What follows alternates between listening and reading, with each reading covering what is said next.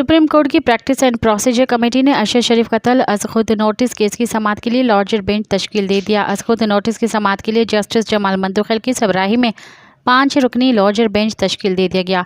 Justice Mohammad Ali मजहर, justice Ayesha Malik, justice Hasan Azhar Rizvi और justice अतर Minallah bench में शामिल हैं।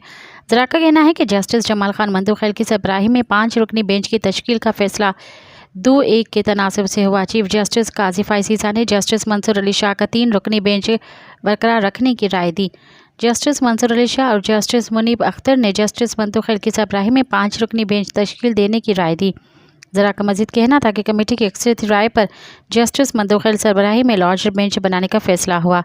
कमेटी का तश्कील करदा नया बेंच जजिस की दस्तियाबी पर अरशद शरीफ कत्ल अज खुद नोटिस केस की समाअत करेगा।